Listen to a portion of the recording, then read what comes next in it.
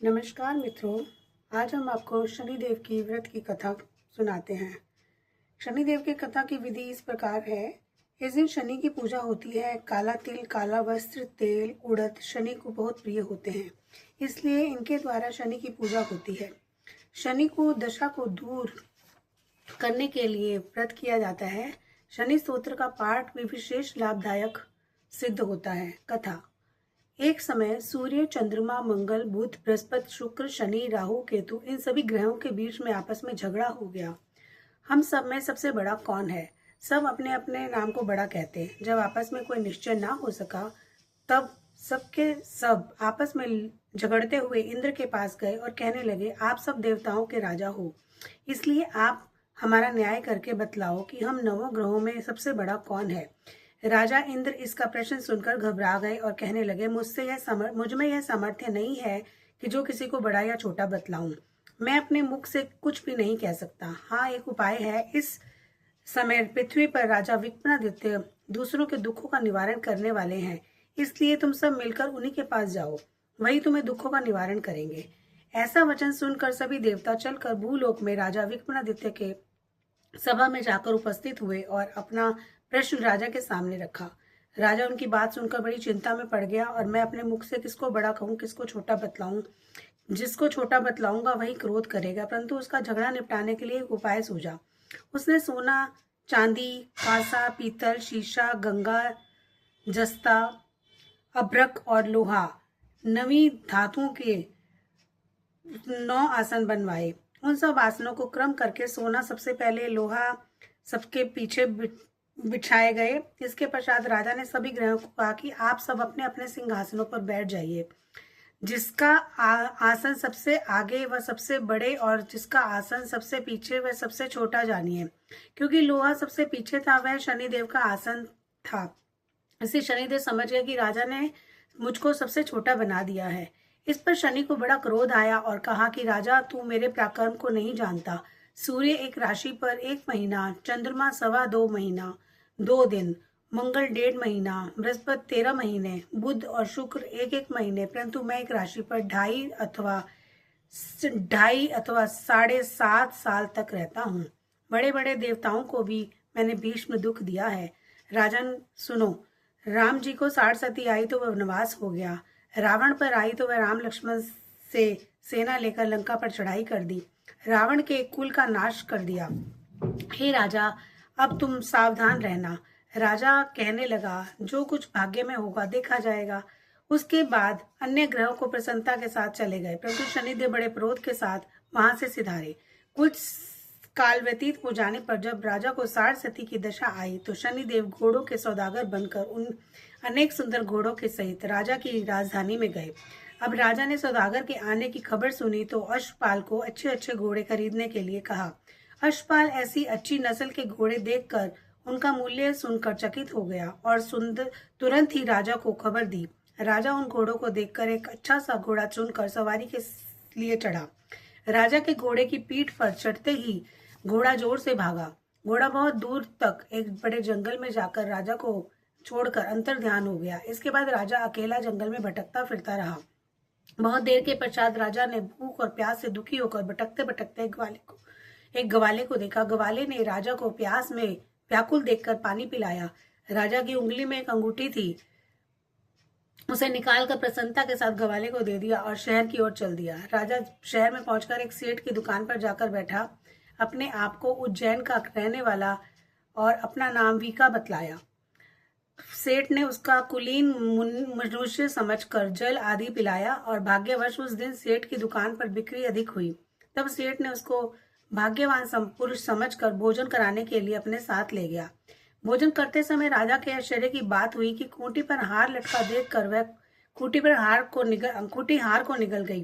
भोजन के पश्चात कमरे में आने पर जब सेठ को कमरे में हार ना मिला तो सबने निश्चय किया कि सिवाय बीका के कोई भी इस कमरे में नहीं आया, अतः अवश्य ही उसी ने हार चोरी किया है। परंतु बीका ने हार लेने से मना कर दिया। इस पर 5-7 आदमी इकट्ठे होकर उसको फौजदार के लिए पास ले गए। फौजदार ने उसकी राजा के सामने उपस्थित कर दिया। राजा ने कहा और कहा कि ये आदमी तो भला प्रतीत होता है, चोर मालूम नहीं होता, परंतु सेठ का कहना है कि इसके सिवाय कोई घर में नहीं आया, अवश्य ही इसी ने चोरी की है। तब राजा ने आज्ञा दी कि इसके हाथ पैर काट कर चौरगिया किया जाए।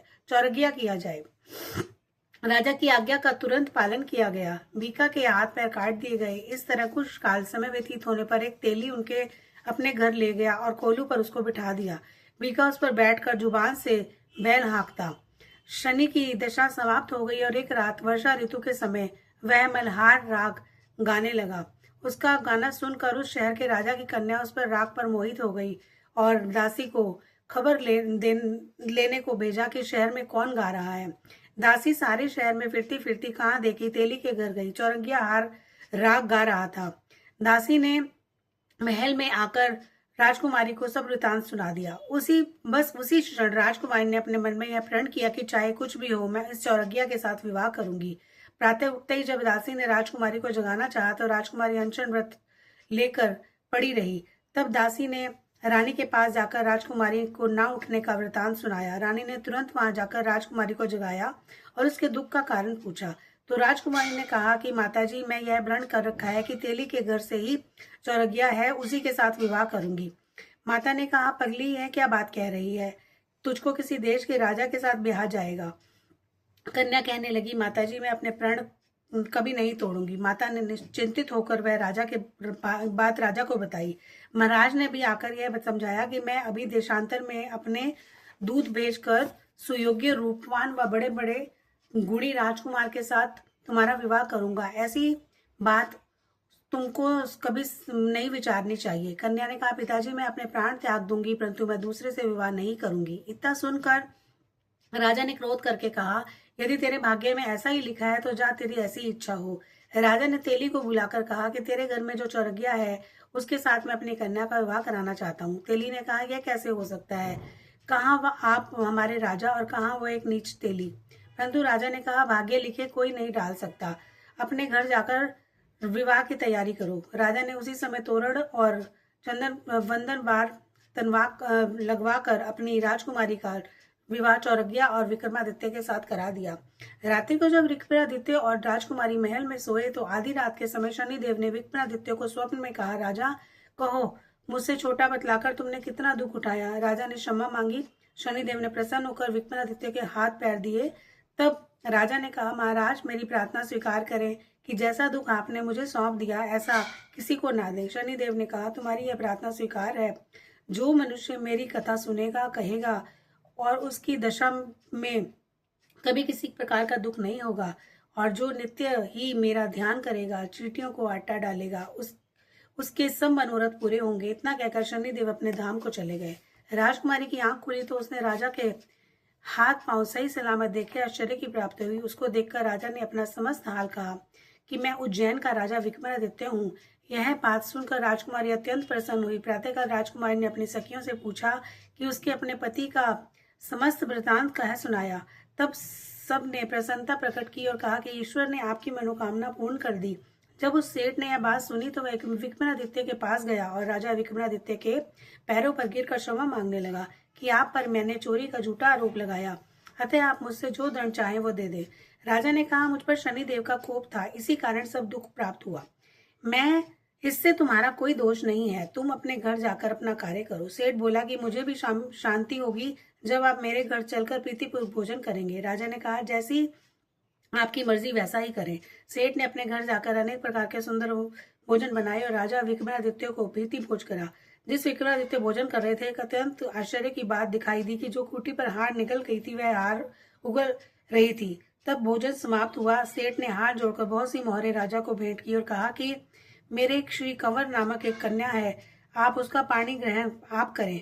इसके बाद सेठ ने अपनी कन्या का विवाह राजा के साथ कर दिया। बहुत सा दान दहेज आदि दिया। इस प्रकार कुछ दिनों तक वहां निवास करने के पश्चात विक्रमादित्य ने शहर के राजा से कहा कि अब मेरी उज्जैन जाने की इच्छा है।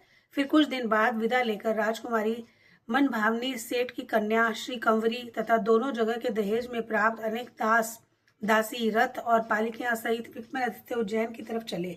अब शहर के निकट पहुंचे तो पूर्ववासियों ने राजा के आने का संवाद सुना। तथा वह समस्त उज्जैन की प्रजा अगवानी के लिए आई। तब बड़ी प्रसन्नता के साथ राजा अपने महल में पधारे। सारे शहर में बड़ा भारी महोत्सव मनाया गया। रात्रि की दीपमाला की गई। दूसरे दिन राजा ने शहर में यह सूचना कराई कि शनि देवता सब ग्रहों में सर्वप्रिय है। मैंने इनको छोटा बतलाया, इसी से मुझे यह दुख प्राप्त हुआ है। इस कारण सारे शहर में सदा शनिचर की पूजा कथा होने लगी। राजा और प्रजा अनेक प्रकार के साथ सुख भोगती हुई।